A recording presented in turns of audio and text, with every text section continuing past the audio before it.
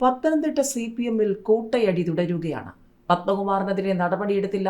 ശബരിമല സ്വർണ്ണ കൊള്ളക്കേസ് തെരഞ്ഞെടുപ്പിൽ തിരിച്ചടിയായി. CPM പത്തനംതിട്ട ജില്ലാ സെക്രട്ടേറിയറ്റിൽ വിമർശനം.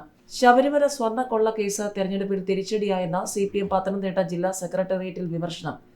പത്മകുമാറിനെതിരെ സംഘടനാ നടപടി സ്വീകരിക്കേണ്ടിയിരുന്നു.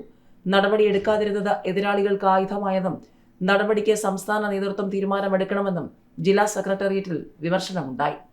സ്വർണ്ണപ്പാളി പുരാവസ്തു മാഫിയയുടെ പക്കലെന്ന വ്യവസായിയുടെ മൊഴി.